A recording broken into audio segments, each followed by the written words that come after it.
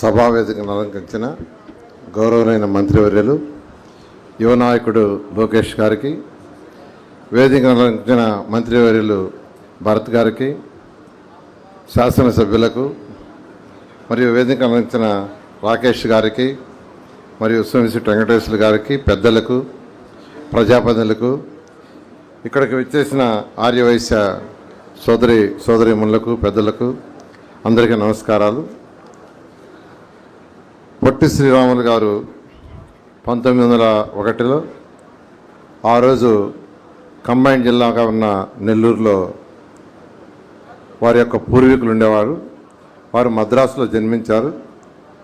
తర్వాత వారు engineering complete చేసి రైల్వేలో జాయిన్ కావటం, తర్వాత 25 సంవత్సరాల వయసులోనే స్వాతంత్ర ఉద్యమంలో పాల్గొనాలని వారు సబర్మతి ఆశ్రమంలో గాంధీ గారి యొక్క ఆధ్వర్యంలో చేరటం, అక్కడ అనేక ఉద్యమాల్లో అటు ఉప్పు సత్యాగ్రహం కావచ్చు, క్విట్ ఇండియా కావచ్చు, వీటన్నిటిలో పాల్గొనటం, జైలుకు పోవటం.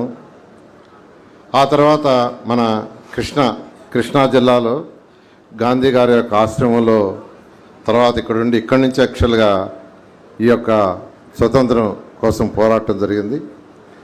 అయితే వారు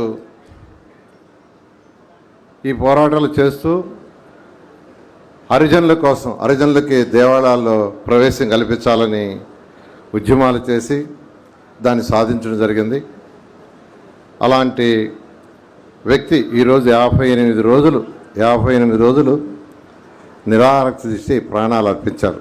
ఇప్పుడు వీడియోలో చాలా చక్కగా వీడియోలో చూపించడం జరిగింది.